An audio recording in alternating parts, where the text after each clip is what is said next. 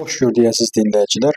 Amerikada kansler, yəni Frederick Merzin hakimiyyətə gəlməsindən sonra Avropada deyə bilərik ki, bir xarizma, bir gücün artmasının da şahidi olmuş oluruq. Nədən? Çünki Frederick Merz hakimiyyətə gəlməmişdən qabaq da bildirmişdi ki, biz Ukraynaya lazım olan Taurus və digər raketlərlə təmin edəcəyik. Bəm də bu haqda heç bir məlumat da verməyəcək.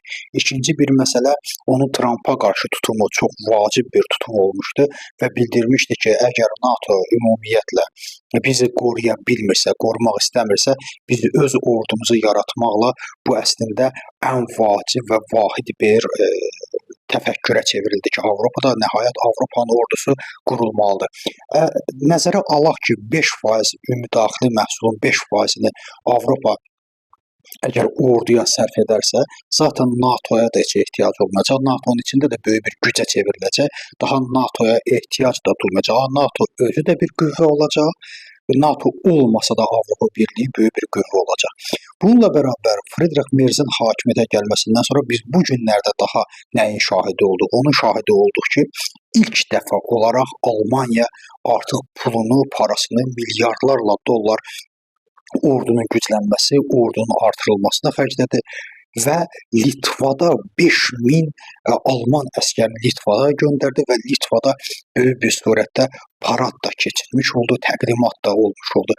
Bu tarixdə həqiqətən 1945-ci ildən sonra çox nadir bir fakt və demək olar ki, yoxdur. Litvaya Rusiyanın sərhəddinə gətirib 5000 Avropa və yaxud da ki, Almaniyanın ordusunu oraya yerləşdirmək çox vacib bir mesajdan xəbər verir. Xatırlayın ki, məhz Putin Ukraynaya ona görə müharibə elan etmişdi ki, ona görə müharibəyə başladı ki, NATO şərqə doğru genişlənməsin. Amma bununla bərabər biz həmişə deyəndə ki, Rusiya uduzur, məhz bunu nəzərdə alırıq. NATO'ya elə oldu ki, Putinin Ukraynaya hücumu Finlandiyanın da NATO'ya daxil olmasına, İsveçin də NATO'ya daxil olmasına, bununla bərabər artıq Litvanın Almaniyanın 5000 əskərinə ev sahibliyi etməyi, onun sərhədlərinin qorunması və onu Rusiyaya qarşı ciddi bir denjava, ciddi bir orduya çevrilməsi ilə nəticələndi. Bax, budur əslinə qalsa Avropa və budur Rusiyanın məğlubiyyəti. Bu günləri əgər Avropa artıq ciddi həm Ukraynada, həm özündə ciddi silah sənayesinə pul yatırmayla, məhz öz ordusunu gücləndirməklə bu işlərə baş qatması artıq bir ildən sonra biz böyük nəticələri görmüş olacaq. Bununla bərabər Frederick Merzin Türkiyəyə qarşı münasibəti də çox vacib məsələdir. Türkiyəni Avropaya çəkmək, Türkiyə-Avropa təhlükəsində böyük bir rol oynayır.